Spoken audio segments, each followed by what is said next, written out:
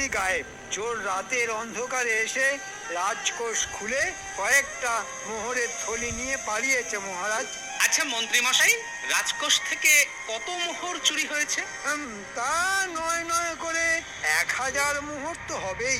বেশ, তবে আমার 2000 মোহর চাই মহারাজ, চোর ধরে দেওয়ার জন্য। হ্যাঁ, বলো কি গোপাল, চুরি হয়েছে 1000 মোহর আর তুমি সেই চোর ধরতে নেবে 2000 মোহর?